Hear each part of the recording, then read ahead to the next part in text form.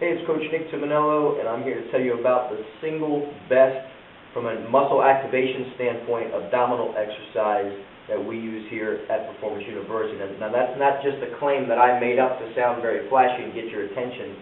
A recent research study came out in the JOSPT, which is a physical therapy journal. It's a very well-respected journal. I have the reference to that. This is basically scientifically proven. What I'm getting ready to show you is what I'm telling you. So if you want the reference to that, if you're watching this on YouTube, click the link below. If you're watching this here on my blog, then I've included the scientific reference here in my blog post along with this video. So let's get right down to business and talk about the single best abdominal exercise. From a muscle activation standpoint, that means EMG activity. What they looked at in the study was that they looked at upper rectus abdominis, lower rectus abdominis. Those are the six-pack muscles. You can argue whether there's such thing as upper or lower, but they referenced that in the study, so I'm going to follow what the study said. And then internal, external obliques with minimal lumbar erector recruitment. So what they found in this research study, they looked at Swiss ball exercises, a whole bunch of Swiss ball exercises, and a whole bunch of body weight exercises, crunches, sit-ups, different things like that. And what they found, the two best exercises were ball rollouts, which are these. So some people do the bent arm and straight arm, and I've actually done a video about those, and Swiss ball pike, which I absolutely love.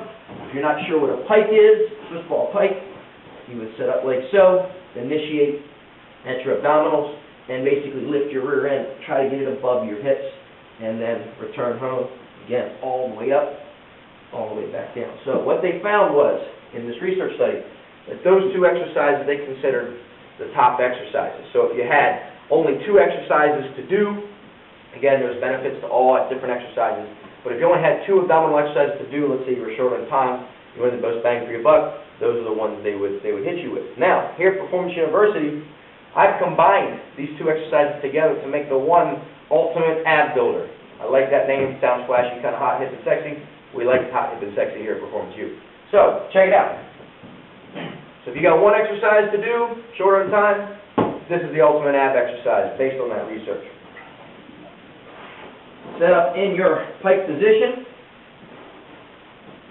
here, and I'll go into my pike, and then when I return out of my pike, I'm going to roll back all the way. See, I'm straight, I'm not sagging in my midsection. Come back up, and pike, and then slide all the way back.